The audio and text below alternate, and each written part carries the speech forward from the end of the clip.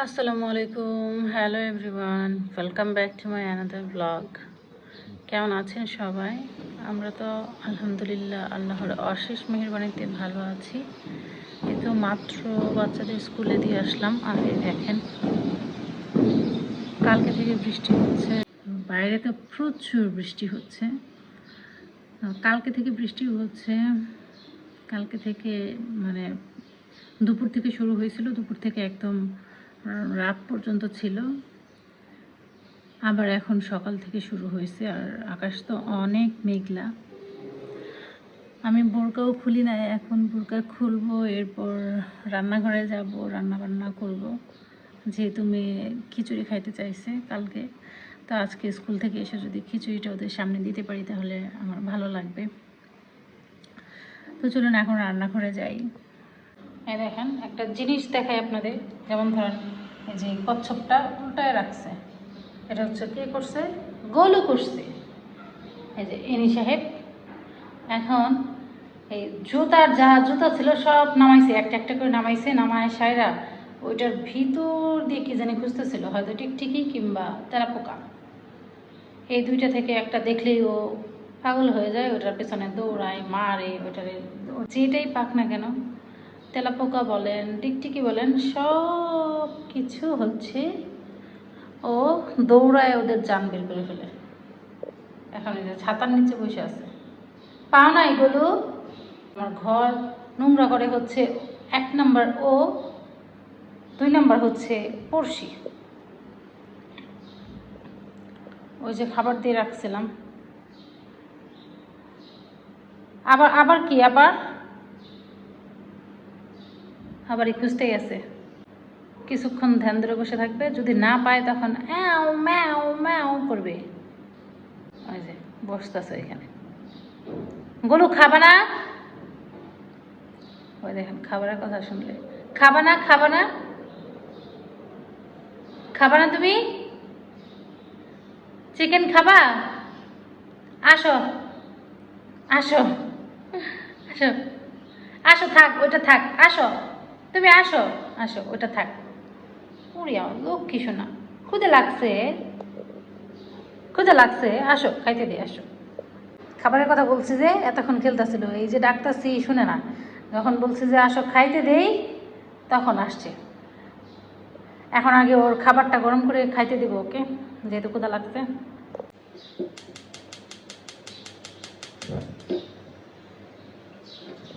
খাবারটা আগে গরম করি, রাতে রান্না করে রাখছিলাম, জমি মাছ একদম। একটু গরম হোক, তারপরে ওকে খাইতে দিব। এখানে মাংস, গরুর মাংস বের করছি। তো এখন একটু এগুলো নর্মাল হোক, এরপর হচ্ছে রান্না বান্না করব। এখন চলেন আপনাদের আমার বারান্দায় একটু বৃষ্টির আওয়াজ শোনায়। হ্যাঁ, চলেন শোনাই আপনাদের। এই তো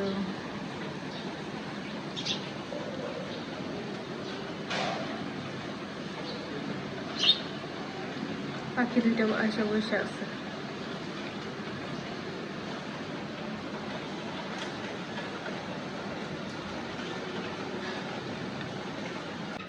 এই যে মাংস, এই মাংস হচ্ছে জাল করে রাখছিলাম, সেই মাংস।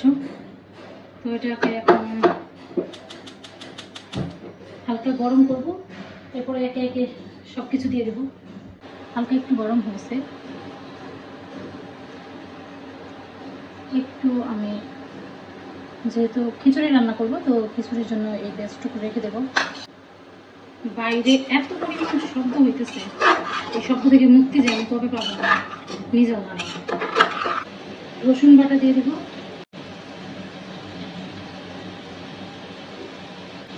জিরা বাটা। মাংসকে একটু বেশি বেশি না দিলে আমার কাছে মনে হয় মাংসটা মজা হয় না। দারচিনি এলাচ বেটে রাখা ছিল সেটা, এটা একটু অল্প পরিমাণে দেবো, এটা আবার বেশি হলে আবার পিতা লাগে। আদা বাটা, আদা বাটা 2 চামচের মতো দিলাম। তখন এটাকে একটু নাড়াচাড়া করে নেব। শুকিয়ে রেখেছিলাম, এগুলোই খাচ্ছি এখনো। দিয়ে একটা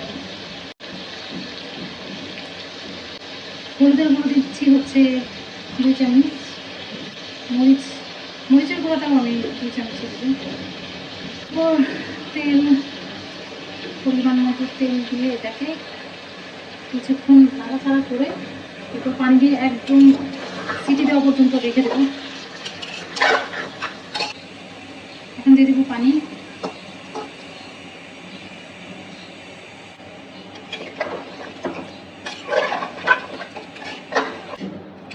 ঝটপট রান্নার জন্য আর কি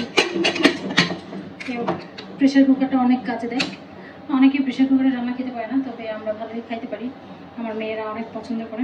আমি বেশি একটা সেদ্ধ করি না, জাস্ট মাংস যাতে হাত দিয়ে ছেড়ে যায় ওই টাইপের সেদ্ধটা করে নিই। অনেকে আছে একদম গলায় ফেলে প্রেশার কুকারে নাকি অনেক গলে যায়, সেই আসলে এটা ডিপেন্ড করে আপনার রান্নার উপরে, আপনি কীভাবে রান্না করছেন। তো যাই হোক, এখন এটা হতে থাক। আমি এদিকে হচ্ছে চালটা ধুয়ে নিই। এখন হচ্ছে খিচুড়িটা রান্না করবো। খিচুড়িটা আমি একদম হাত দিয়ে মেখে বসিয়ে দেবো। চাল আর ডাল হচ্ছে ধুয়ে রেখেছি, ধুয়ে একদম ক্লিন করে রেখেছি। আবার অনেকেই ভাবতে পারেন যে আমি মাংস রান্না করলাম, লবণ তো দিলাম না। আসলে এটা স্কিপ হয়ে গেছে, আমি লবণ দিয়েছি, ফার্স্টেই দিয়ে দিয়েছিলাম। তো দিয়ে সেরে পরে দেখতেছি যে আমি তো ক্যামেরা অন করি নাই, এর জন্য ওটা স্কিপ হয়ে গেছে। তেজপাতা, পেঁয়াজ 2-3টা দিয়ে দিলাম, এলাচ দিয়ে দিলাম 3-4টা, লং দিয়ে দেবো কয়েকটা, রসুন বাটা একটু বেশি করে দেবো যেহেতু এটাতে ডাল আছে। তো ডালের ভিতরে রসুনটা বেশি বেশি না দিলে ডালটা মজা হয় না, এর জন্য রসুন বাটা একটু বেশি করেই দিলাম। এরপর দিয়ে দেবো জিরা বাটা। এখন দেবো লবণ। লবণটা একদম পরিমাণ মতো দেবো, কারণ যেহেতু মাংসের সাথে খাবো, ওটা এমনি খাবো না, একদম সামান্য দিলাম। এরপর হচ্ছে দিয়ে দেবো তেল। এই যে এটা হচ্ছে হোমমেড সরিষার তেল, তো এটা দিয়ে দিলাম পরিমাণ মতো। তো কাঁচামরিচ দিয়ে দিচ্ছি 5টা, একটু এভাবে ভেঙে দেবো, তাহলে স্মেলটা বের হইতে সহজ হবে। পুরো চালের ভিতরে আর কি কাঁচামরিচের স্মেলটা ছড়াবে সহজেই। তো এগুলো একটু কিছুক্ষণ মাখিয়ে এরপর একটু পানি দিয়ে দেবো।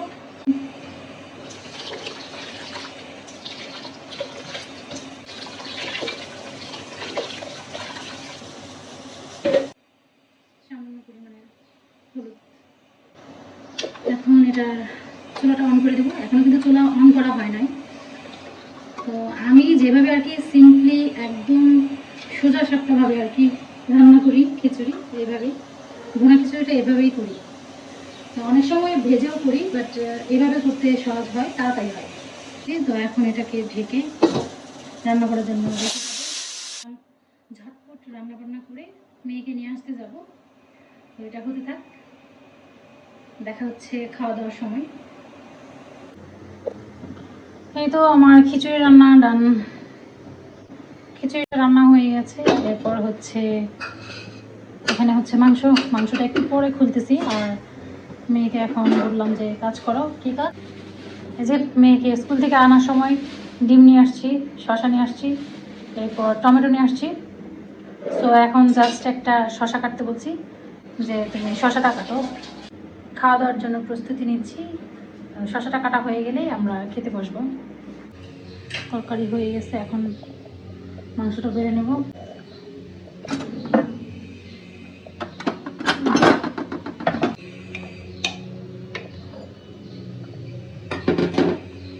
যাও খাইতে বসো।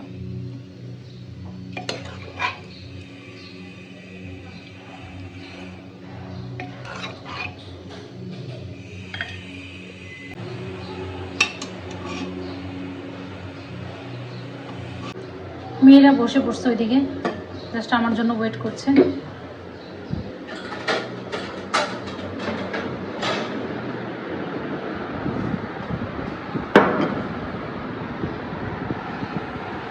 খাওয়া শুরু করো। মাম্মি এখানে শশা কেটে নিচ্ছে, এই যে দেখেন শশা কাটছে, ও খোসা সহই কাটছে। এটা দিতে লাগে? এটা তো ভালো দেশি শশা। এগুলো কি খোসাগুলো দিতে লাগে এখনো? এই তো খিচুড়ি, এই হচ্ছে মাংস, এই হচ্ছে খাদ্য। কিছে গরম লাগছে?